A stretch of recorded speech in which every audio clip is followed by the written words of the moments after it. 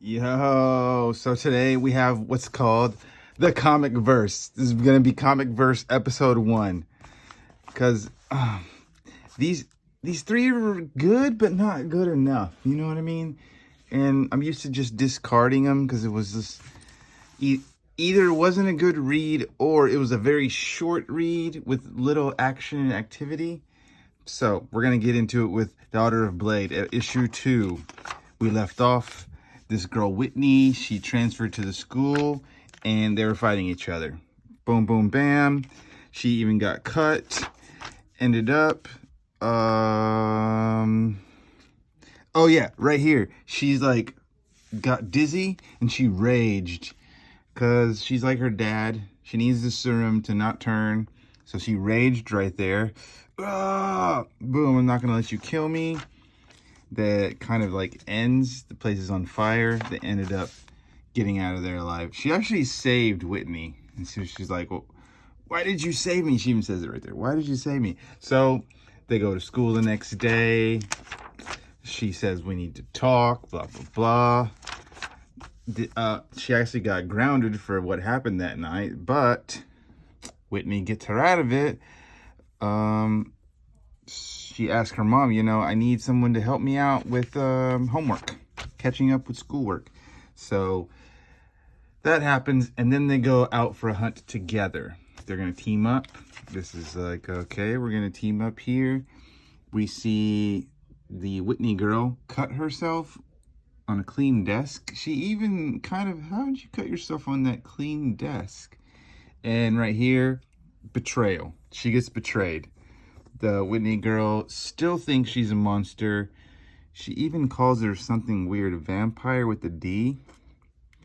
Here it is, Dampfires, right? She even calls her a Dampfire, and she locks her in this room where there's a nest. She knows there's a nest of actual vampires. Boom. So it's happening. She gets trapped. She's trying to fight for her life. And then, shink, when I saw this, I knew it. Dad's here. And then I immediately thought, Dad trained Whitney. There he is. There he is. He's here. And she even pulls out her, like, vial of, I forgot what it was called, serum, right? But she drops it. Oh, no. And then he immediately knows it's Bray Ellie. But she attacks her father. And to be continued. So it's kind of short and sweet, right? Let's go back to the last issue we read. It was Dreamer, Detective Comics, Batman 1068. It was the Dreamer on the cover. And Dr. Fate's helmet, was the thing. What's his name? Harvey Dent, Two-Face. Takes him to get fixed up. The 10 Eyes. I need to go into the books and figure out what's his name. Someone comment this guy's name. God dang it. It's still avoiding my mind somehow. Anyways, he does wake up. Harvey lets that guy escape. And boom, some guys are going to come in. He was here. There were others. He had help. Right? But the thing that it just... Okay, also... is that the mayor? It's just more people getting transformed. We saw that last time, right? It's just like not really going anywhere. She is the nobody mask, right? And she's also the chief of police. These panels right here are like the cops. This cop, I guess, in general. No. She's a commissioner, and that's the chief of police. Is that a threat, chief? Right? So the police are against the commissioner. Blah, blah, blah.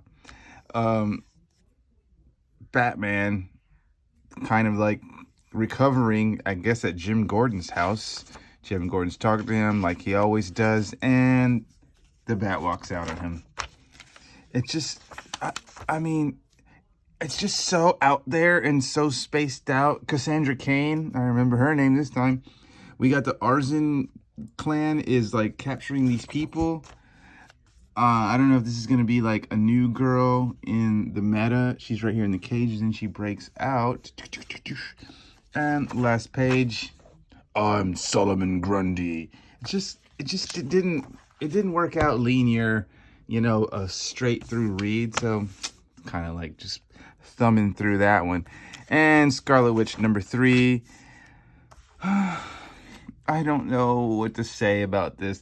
I have like really high hopes for this book in general, like not just this issue, but I hope it goes further and it reveals more characters. Also, there was a Polaris cover, and I was thinking to myself, oh gosh, this is another trick, right?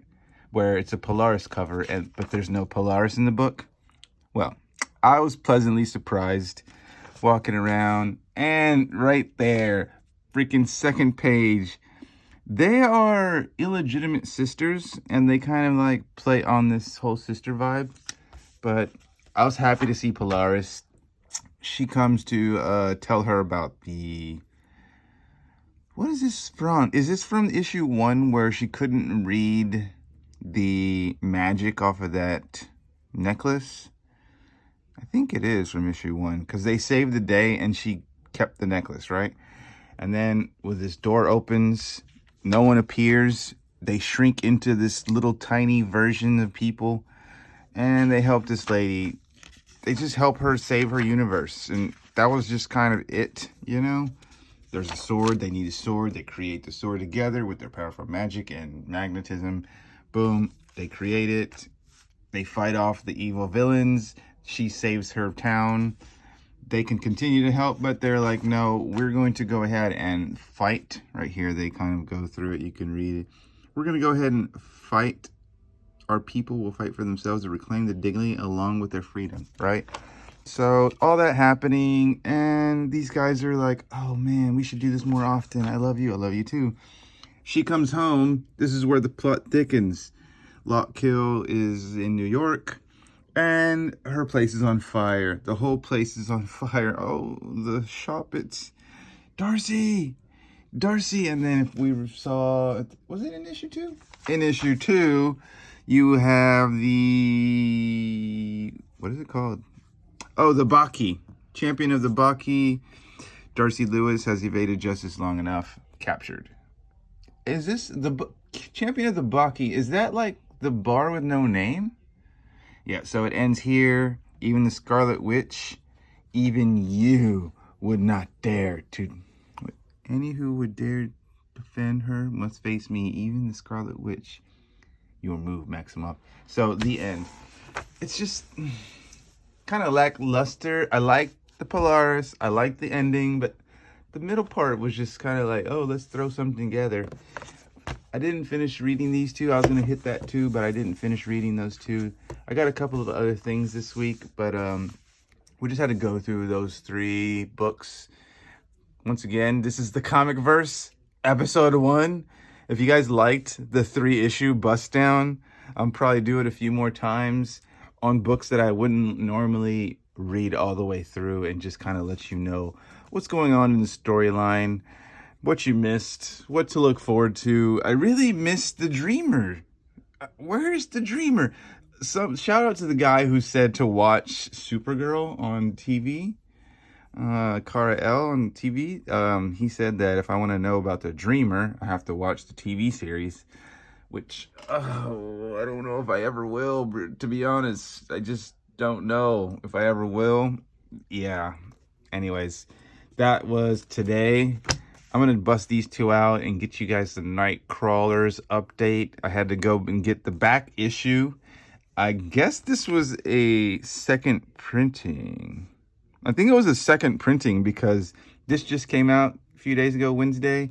And this was on the table too, so it must have been the second printing. That means it was pretty important, right? Yeah, so I'm definitely going to bust those out. Anyways, y'all guys have a happy little spring break there. Enjoy yourselves. Stay safe. Peace.